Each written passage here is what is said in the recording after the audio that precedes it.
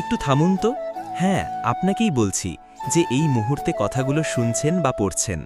আচ্ছা, একটা সত্যি কথা বলুন তো, এই যে প্রতিদিনের জীবন, এই যে সকাল থেকে রাত পর্যন্ত এত আয়োজন, এত ব্যস্ততা, এর মাঝে কখনো কি নিজেকে বড্ড একা মনে হয়? মনে হয় না একটা অদৃশ্য কাচের দেওয়াল আপনাকে আর আপনার চাওয়াগুলোকে আলাদা করে রেখেছে? কিসের সাথে জড়িয়ে আছি আমরা? হয়তো জড়িয়ে আছি এক অসমাপ্ত প্রতিশ্রুতির সাথে।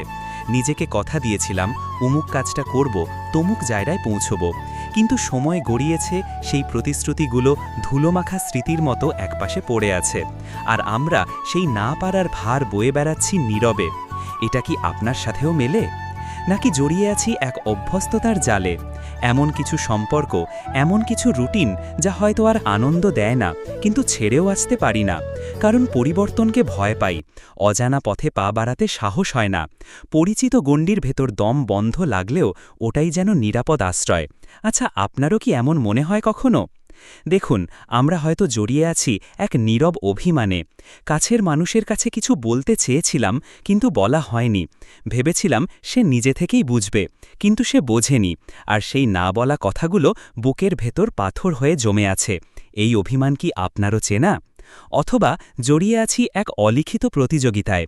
পাশের বাড়ির লোকটা কি কিনল, অফিসের সহকর্মী কোথায় বেড়াতে গেল, সোশ্যাল মিডিয়ায় বন্ধুদের হাসি মুখের ছবি, এসব দেখতে দেখতে কখন যে নিজের জীবনের আনন্দগুলো ফিকে হয়ে গেছে টেরই পাইনি। অন্যের ভালো থাকা দেখে একটা সূক্ষ্ম ঈর্ষা বা অতৃপ্তি কি আপনার মনেও উঁকি দেয় না? কখনো ভেবে দেখেছেন আমরা আসলে কিসের সাথে জড়িয়ে এই মূল্যবান জীবনটা একটু একটু করে নষ্ট করে ফেলছি? হয়তো জড়িয়ে আছি ভয়ের সাথে, ব্যর্থ হওয়ার ভয়, প্রত্যাখ্যাত হওয়ার ভয়, লোকে কি বলবে সেই ভয়। এই ভয়গুলো আমাদের ভেতরের আসল মানুষটাকে বের হতে দেয় না। কত সম্ভাবনা যে এই ভয়ের কাছে হার মানে তার হিসেব কে রাখে? আপনারও কি কোনো স্বপ্ন এভাবেই আটকে আছে? আসলে আমরা জড়িয়ে আছি এক গভীর অতৃপ্তির সাথে। যা পেয়েছি তা যথেষ্ট মনে হয় না, যা পাইনি তার জন্য হাহাকার। এই অন্তহীন চাওয়া পাওয়ার চক্রে ঘুরতে ঘুরতে জীবনের আসল সৌন্দর্যটাই উপভোগ করতে ভুলে গেছি। এই অনুভূতিটা কি আপনার কাছেও খুব পরিচিত নয়?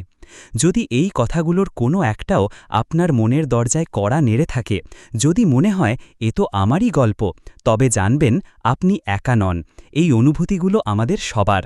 কিন্তু প্রশ্ন হল, এই জড়িয়ে থাকা থেকে মুক্তির পথ কি?